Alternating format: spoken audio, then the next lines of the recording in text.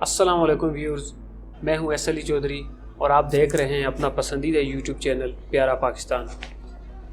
Viewers, یہ آپ ساتھ سکرین پہ دیکھ رہے ہوں گے، یہ ویڈیو آپ کو نظر آ رہی ہے کہ کس طرح کل ملیر کوٹ کراچی میں ایک خاتون وکیل جن کا تعلق پاکستان تحریک انصاف سے بتایا جاتا ہے، لیلا پروین ان کا نام ہے، ان کے اوپر چند وکلاء حضرات نے جو مرد تھے بے ایمانہ تشدد کیا اور ان کو بری طرح مارا پیٹا گیا، گالیاں تک دی گئیں۔ ہم آج اسی ٹاپک پہ بات کریں گے، مگر اس سے پہلے آپ سب سے ریکویسٹ ہے ہمارے چینل کو سبسکرائب کر کے بیل آئیکن کا بٹن ضرور پریس کر دیں۔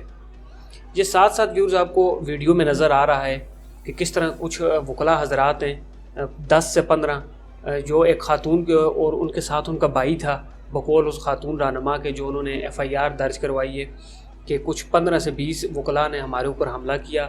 سب سے پہلے ان خاتون وکیل رہنما کا کہنے کہ گیٹ کے اوپر ہمیں پستول دکھا کر ڈرایا دھمکایا گیا۔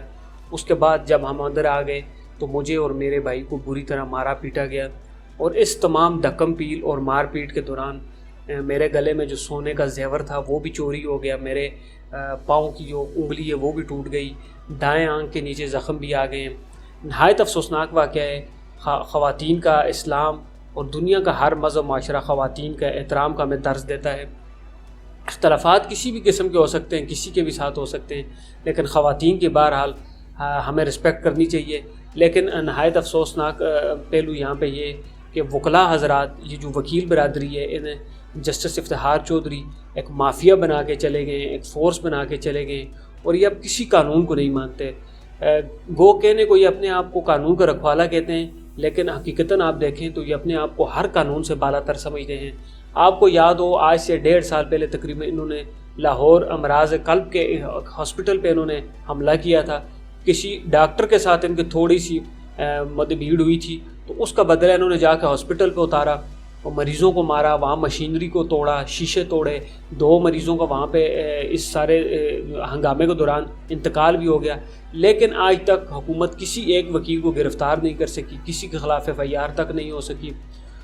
خود ان میں جو سب سے نمایاں نام تھا وزیر اعظم عمران خان کے بانجے کا تھا، لیکن وکلاء اپنے آپ کو ہر قانون سے بالا تر سمجھتے ہیں۔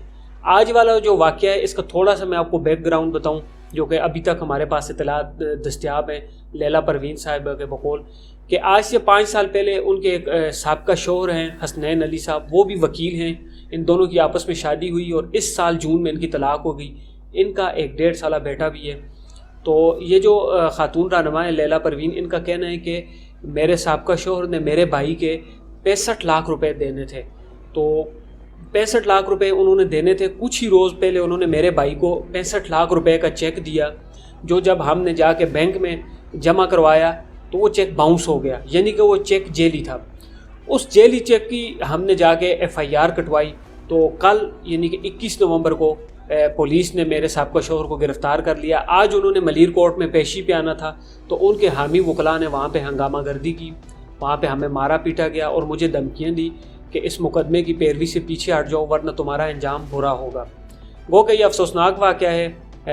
حقائق جو بھی ہوں، قانونی طریقہ اس قانون اپنا راستہ خود بنائے گا، لیکن خاتون کے ساتھ یہ رویہ نہایت افسوسناک ہے۔ اب جو اس میں 22 افراد FIR میں نامزد ہوئے ہیں، 22 وکیل حضرات، لیکن ابھی تک کسی کی گرفتاری عمل میں نہیں آئی۔ یہ تمام وکیل حضرات، ان کے پاس لائسنس ہے، وہ کراچی بار اور سندھ بار کونسل کے ہیں۔ اب یہاں یہ دیکھیں گے ہم یہ دیکھیں گے، پوری قوم دیکھ رہی ہے کہ ان کے خلاف کیا کارروائی ہوگی، کوئی کارروائی ہوتی ہے یا نہیں۔ دوسری طرف جب ان کے وکیل شوہر سے رابطہ کیا گیا تو ان کا یہ موقف تھا کہ میری سابقہ بیوی یہ مسلسل مجھ پہ جھوٹی FIR کٹوا رہی ہیں، مجھے تنگ کر رہی ہیں، بلیک میل کر رہی ہیں۔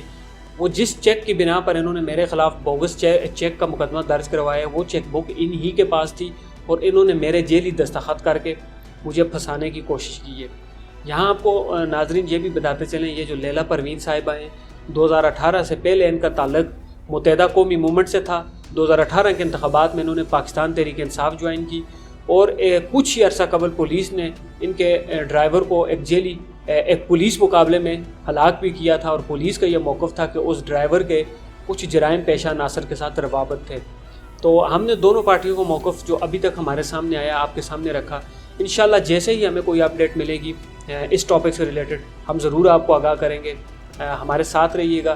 چینل کو ضرور سبسکرائب کیجیے گا۔ نیکسٹ ویڈیو تک کہ اپنا خیال رکھیے گا۔ اللہ حافظ۔